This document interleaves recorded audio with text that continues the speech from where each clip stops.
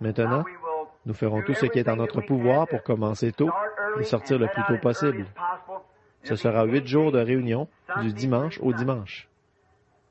Ce matin, je commence le premier chapitre de l'Apocalypse, du livre de l'Apocalypse, et l'Apocalypse est divisé en 3 parties. Et les 3 premiers chapitres, c'est ce que nous allons examiner pendant ces 8 jours. Quand un âge église pourrait nous prendre un mois, mais nous ne pourrons voir que les points principaux, comme on dit. Puis quand vous allez avoir le livre, cela va être écrit plus en détail. Maintenant, l'Apocalypse, les 3 premiers chapitres, portent sur l'Église. Puis l'Église disparaît. Nous ne la voyons plus jusqu'au temps de la fin. D'Apocalypse 1 à 3, c'est l'Église. Apocalypse 4 à 19, c'est Israël, une nation. Et de 19 à 22, ce sont les deux, ensemble, et les fléaux et les avertissements, et ainsi de suite, à la fin. C'est divisé en 3 parties, voyez, et nous prenons les 3 premiers chapitres qui concernent l'Église et l'âge de l'Église dans lequel nous vivons. D'abord, pour commencer, cela peut sembler un peu ennuyeux, parce qu'il nous faut revenir en arrière et faire une fondation. J'ai prié et étudié, j'ai fait tout ce que j'ai pu pour essayer d'obtenir le sentiment du Saint-Esprit, de quelle manière amener cela pour que les gens le voient. Et que vous puissiez, en le voyant, être éclairé, que cela vous amène à vous rapprocher de Christ, car nous sommes au temps de la fin. Et c'est une chose si merveilleuse, alors que j'étudiais les récits historiques, de trouver comment cette Église a commencé, et comment elle s'en est sortie, et ce qui s'est passé, et de voir cette petite semence de Dieu se déplacer à travers chacun de ses âges, presque complètement disparaître à un moment donné.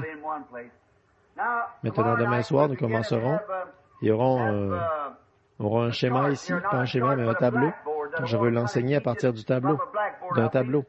Je crois que l'enseignant de l'école du dimanche, l'un d'entre eux, a un tableau.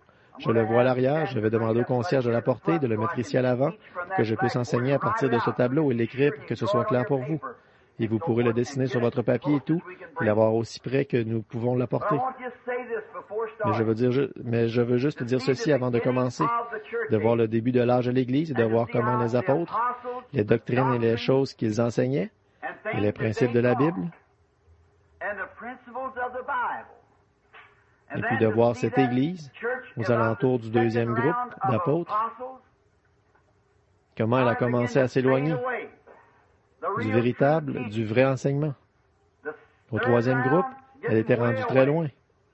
Rendue au 4e groupe, elle était devenue une Église tiède.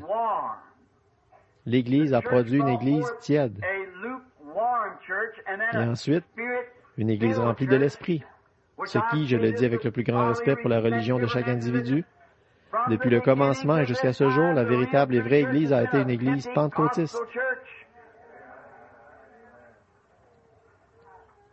C'est vrai, Dieu a réservé cette Église. Et je me suis souvent demandé quand Jésus a fait cette remarque, il a dit, « Ne crains point, petit troupeau, car votre Père a trouvé bon de vous donner le royaume. » Je me suis souvent demandé ce que ça voulait dire, mais je le comprends maintenant. La semaine dernière, nous avons eu une réunion à Shreveport, en Louisiane. C'était la plus grande réunion spirituelle à laquelle je suis allé dans ma vie. Shreveport. J'avais quelques jours de vacances et je suis descendu dans le Kentucky avec Frère Wood, ici, un des diacres de l'Église, ou plutôt des administrateurs, pour chasser. Nous sommes allés dans les bois. J'avais tiré le premier écureuil. Et j'ai dit, je vais simplement attendre, parce que quelqu'un est venu avec quelques chiens. J'ai dit, je vais simplement attendre que les écureuils sortent des trous. Ils montent dans les arbres, dans les trous, et ils sont cachés maintenant.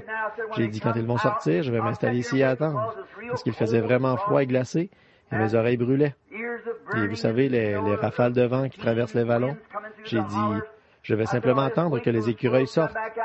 Aussitôt assis, le Saint-Esprit a dit, lève-toi et monte à l'endroit que tu appelles le vallon du sportif.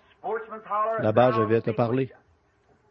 Et je suis monté à cet endroit que j'appelais le vallon du sportif, parce que la raison pour laquelle j'ai nommé ces vallons moi-même, c'était pour me situer.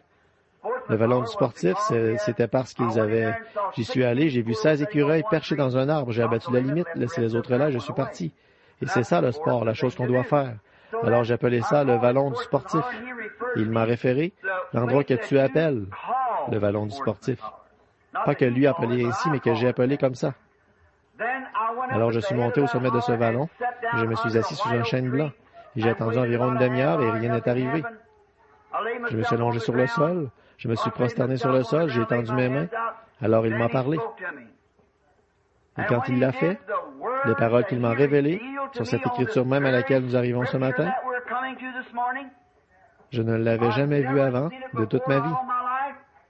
Et quand je suis arrivé à Shreveport, en Louisiane, une femme qui avait un don, son nom est Madame Schrader. Il y a bien des années, quand l'ange du Seigneur m'a rencontré ici au bord de la rivière la première fois, et qu'il est apparu dans cette lumière, les paroles qu'il a prononcées là, 11 ans plus tard, quand je suis entré dans une réunion, cette petite femme s'est levée et a parlé en langue et l'a interprété. C'était mot pour mot la même chose que cet ange avait dit.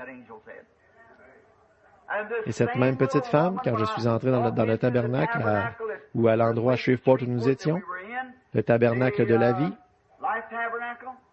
le Saint-Esprit s'est déplacé sur cette femme et a dit mot pour mot ce qu'il m'avait dit là sur la colline.